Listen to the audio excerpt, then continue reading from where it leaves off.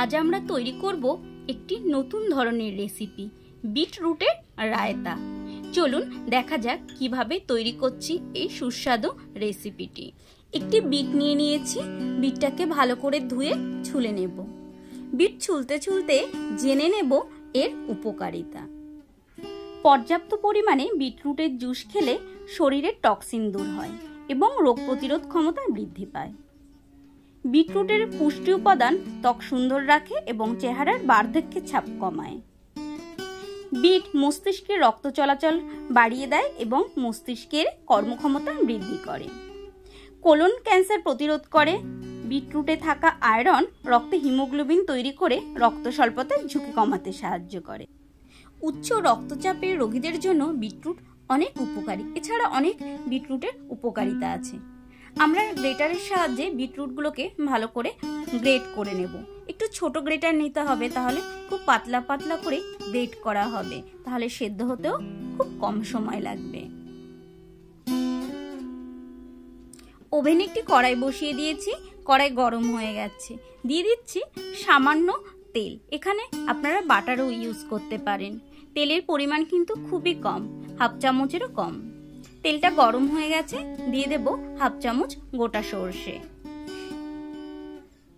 সর্ষেগুলো চটপট করে ফুটতে থাকছে। এখন দিয়ে দেব কিছু কারি পাতা, 2-3টে দিলেই যথেষ্ট। কারি পাতা দেওয়ার পর দিয়ে দেব গ্রেট করা সেই বিটরুটটা। একটা বিটরুটের পুরোটা দিলাম না, অর্ধেকটা দিচ্ছি, আর অর্ধেকটা রেখে দেব অন্য কোনো একটা রেসিপির জন্য। বিটরুটটাকে 1 মিনিট মতো ভেজে নেব। খুব বেশি সময় লাগবে না, যেহেতু খুব পাতলা করে গ্রেট করা আছে।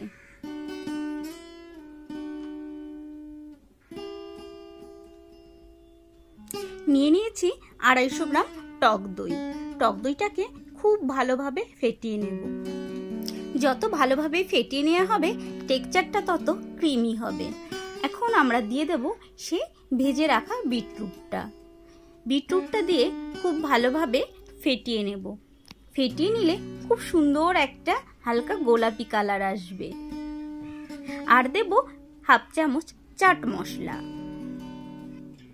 আর কিচ্ছু দেওয়ার প্রয়োজন নেই, জাস্ট সুন্দরভাবে ফেটিয়ে খেতে হবে।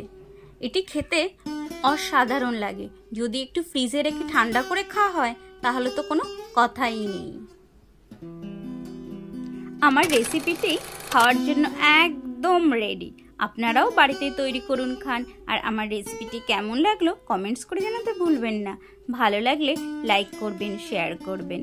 Thank you.